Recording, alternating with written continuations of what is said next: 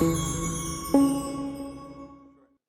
name is Nikolai. I'm a medical doctor and a PhD student at Odense University Hospital. So I'm part of Professor Alexander Krach's group, and we are conducting the clinical trial. For cirrhosis patients, the standard medical care is regular checkup with their doctor. It's often medication in combination with a lifestyle change if their cirrhosis is based on a lifestyle-related liver disease. So what we brought today is the design of our clinical biomarker validation trial. So in this trial, we will recruit 240 patients across Europe from Spain, Germany, Belgium, Hungary, the UK, Denmark, and the Netherlands. All these 240 patients will be stratified based on a blood-based biomarker that can distinguish patients who should respond to human albumin therapy compared to those who should not. So in this trial, we will have patients with cirrhosis and ascites coming in for a blood-based biomarker test where we will stratify the patients into those with a high expected effect and a low expected effect. And thereafter, we will randomize the patient into albumin treatment on top of the standard medical therapy and placebo, in this case, saline on top of the standard medical therapy.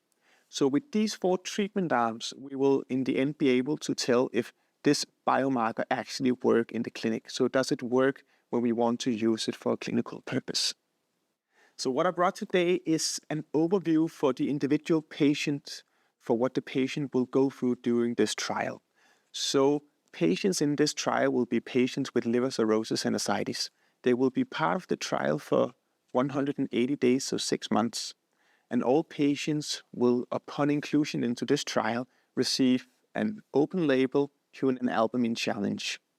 1 to 3 days after this human albumin challenge, we will sample for a blood-based biomarker for the human albumin response. This biomarker will be sent to Münster in Germany, to a central laboratory where they will analyze this biomarker.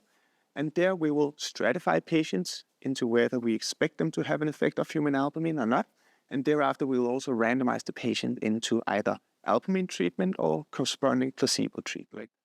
The patients will receive this albumin or placebo treatment for the next 6 months, and the patients will be blinded to this treatment. So we will cover the vials into white carton, and we will have colored infusion lines that will make sure that the patients and no outcome assessors in this case will be able to distinguish the treatment groups. The patients will only benefit from this additional care. They will also receive the standard medical care. So everything we do in this trial is on top of what the patient already receives. We really hope, and what we strive for, that we can have something where we can offer some patients a new treatment to this largely underserved population.